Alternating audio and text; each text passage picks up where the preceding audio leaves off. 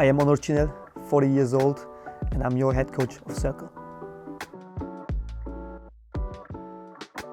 It's been now 17 years of coaching, and before I also played football, obviously, and started to study sport and afterwards sport psychology.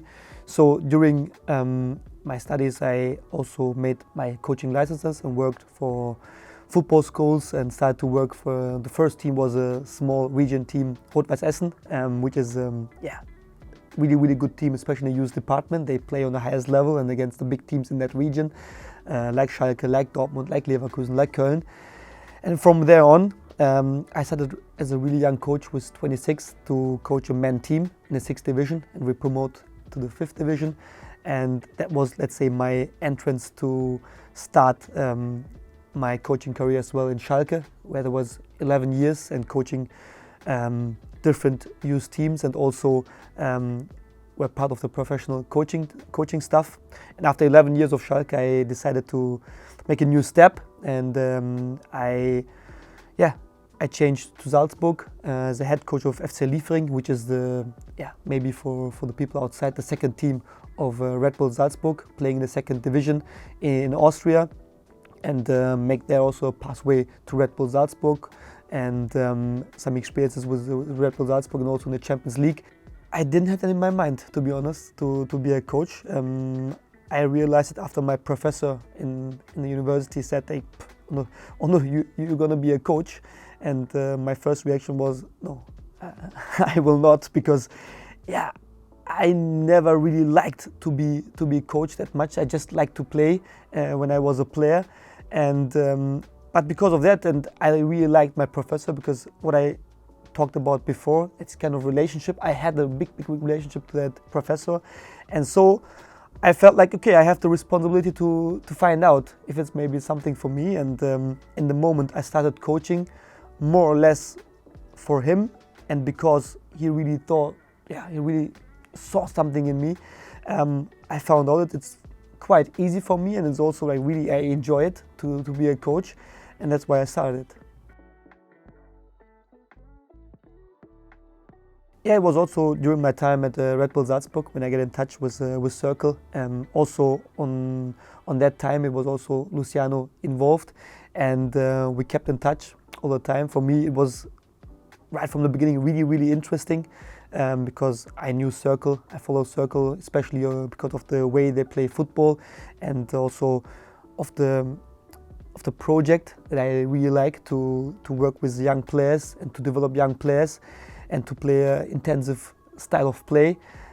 So we, as I said, we kept in touch, and also we had a meeting afterwards in Vienna, where Luciano came to Vienna during my time with the national team, and after that meeting I felt a lot more like really convinced of that project, and I decided, because I already had that feeling for Cercle, for the league, for the project, but I also want to have a feeling for the city, so I decided myself to visit Bruges. And when I was here, I visited first the city and also texted Luciano then if he have some time to show me the facilities, and I think he was pretty surprised that I wasn't all of a sudden in Bruges.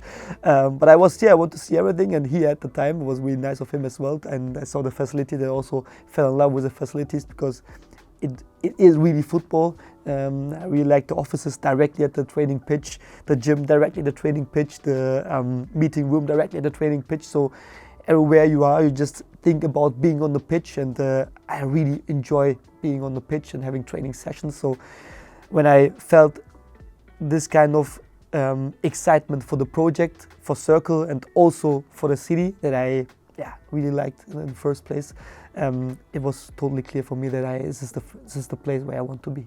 Yeah, in the moment the news was out, I looked at my phone, and I always had a really good relationship to Pablo, but it was not like that we have a call every week. So I was really surprised about the call of Pablo, and to be honest, I've totally forgot that Pablo also was playing for Cercle. So I answered the phone, and I was speaking with him, and he said, "Hey, congratulations, coach! You are part of a really nice environment, and you will be really happy in Cercle." And that gave me, of course, in the moment when you signed, and you feel some excitement, but also some kind of tension, you know, and Pablo is calling and congratulations you to a really, really nice environment, then it also gives you a really good feeling.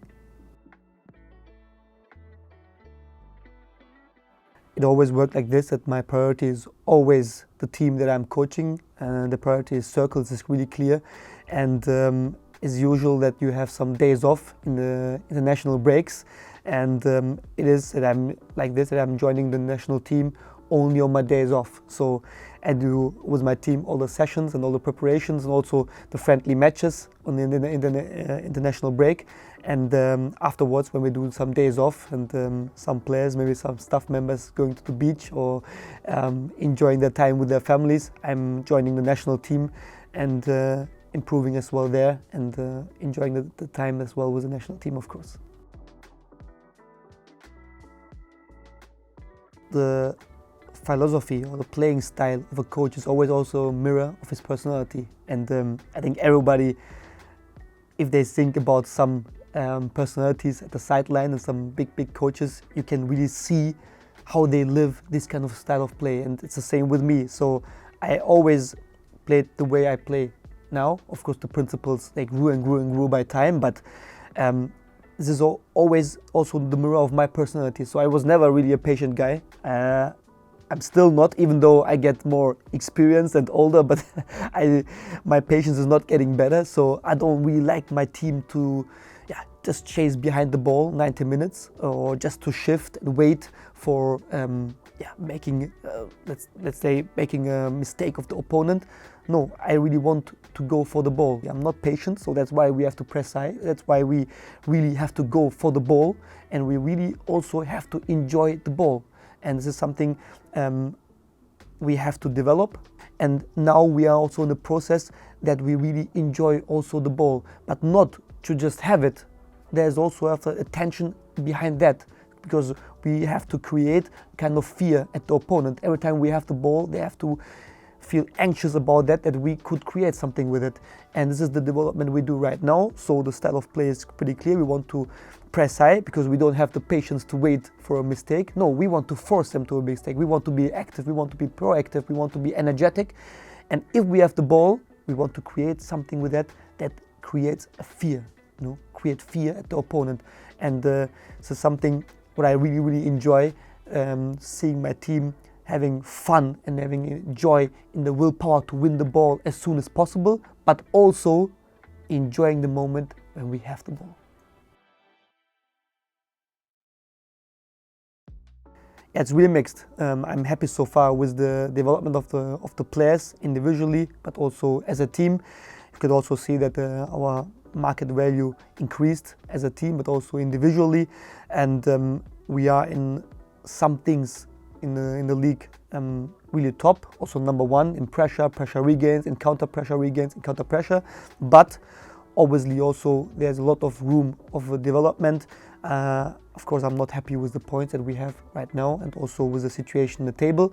No one is happy with that, but I also know that development needs time, and we are in this kind of process. I always fell in love with this process, because if you see our matches and maybe also compare with the last season, you see some improvements. You see some improvement that we spend more time in the opponent half, out of possession, but also in possession, and we also see a lot of improvements. For example, with scoring.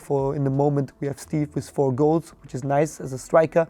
Last season he didn't score at all. So also like small pieces that we see some improvement. Also some new players who adapt really quick, like Omar, like Eden, and also Seun, who scored in his first game. So these are little things where we can see not only in the style of play, but also individually and also as a team we improve, and we also change and develop a lot of things out of the pitch. And these are little things, 1% here, 1% here, 1% here, that maybe are not seeable, are not feelable right now, but they will have a big impact long term and in future, and I'm really, really convinced of it. I think it's important also in a development phase to have success.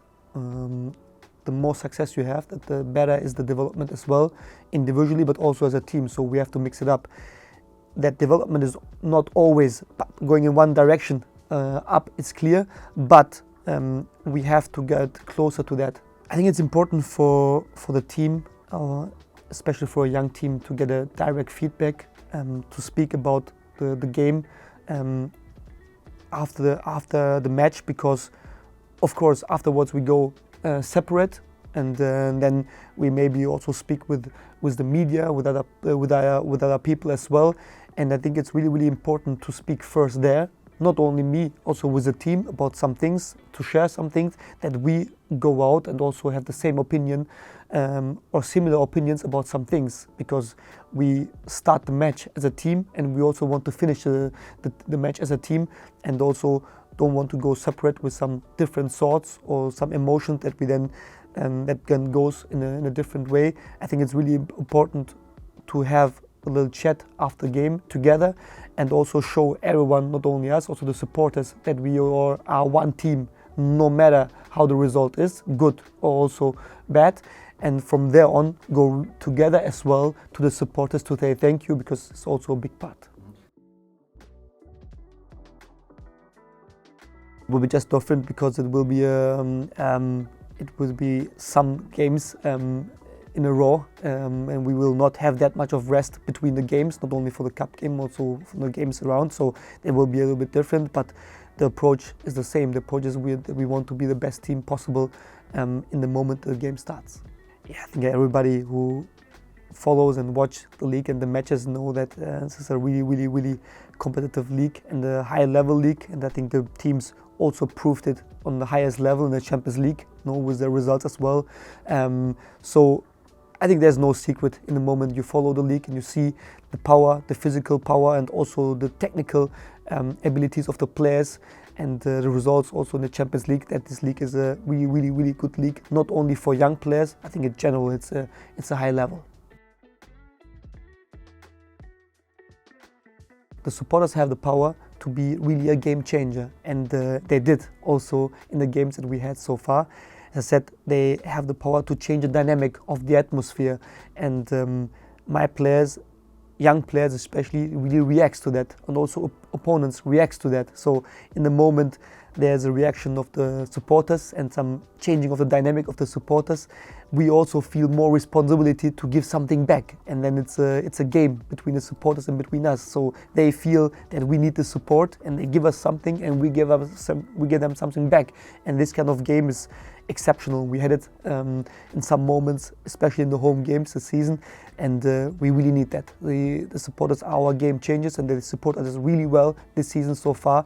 And I think we also have to give them the feeling that we really need them, and that's why I also speak it out. We really need them this season, and it should be really a nice interaction between them, because we need their support, and on the other side they have to feel as well that we really give everything on the pitch.